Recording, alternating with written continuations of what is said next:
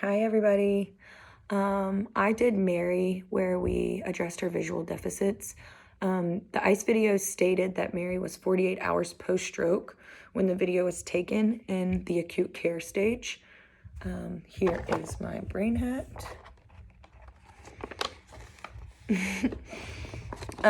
My guess was that her brain lesion occurred mainly on the right side of the brain, towards the motor and sensory cortex. I also stated a little bit in the premotor area, which I'll discuss in a little bit. She displays major left side neglect, which leads me to believe that the brain lesion does occur on the right side. She was not able to sit upright, using her head and neck and trunk. So that's what leads me to believe that the motor and sensory cortex are affected.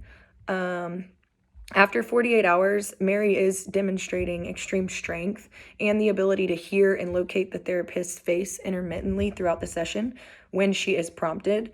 However, I still do believe there could be some damage to the premotor area due to her difficulty to form sentences. She was only able to communicate by pointing. At one point in the video, she was able to get out the word gold. However, someone without a CVA could probably say, I see that your earrings are gold.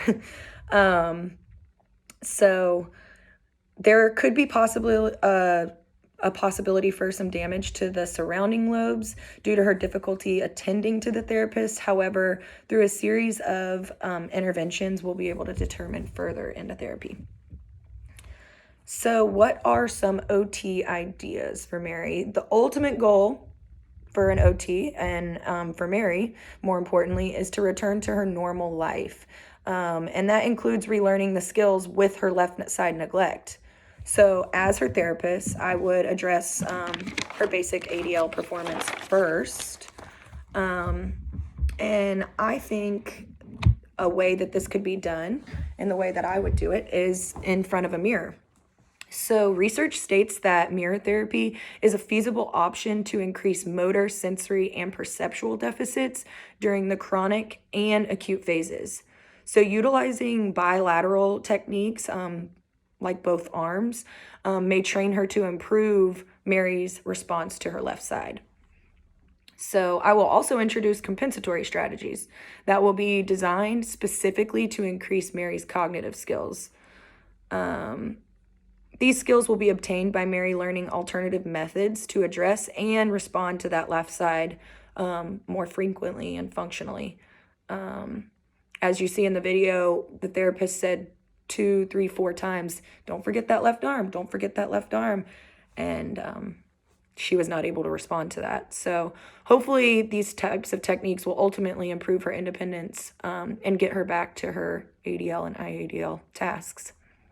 So I also located a blog called My OT Spot, where the OTR encourages the use of the affected side by using a technique called anchoring. So along with this mirror therapy, I found the anchoring technique, which I thought was pretty cool. We may know it as visual scanning.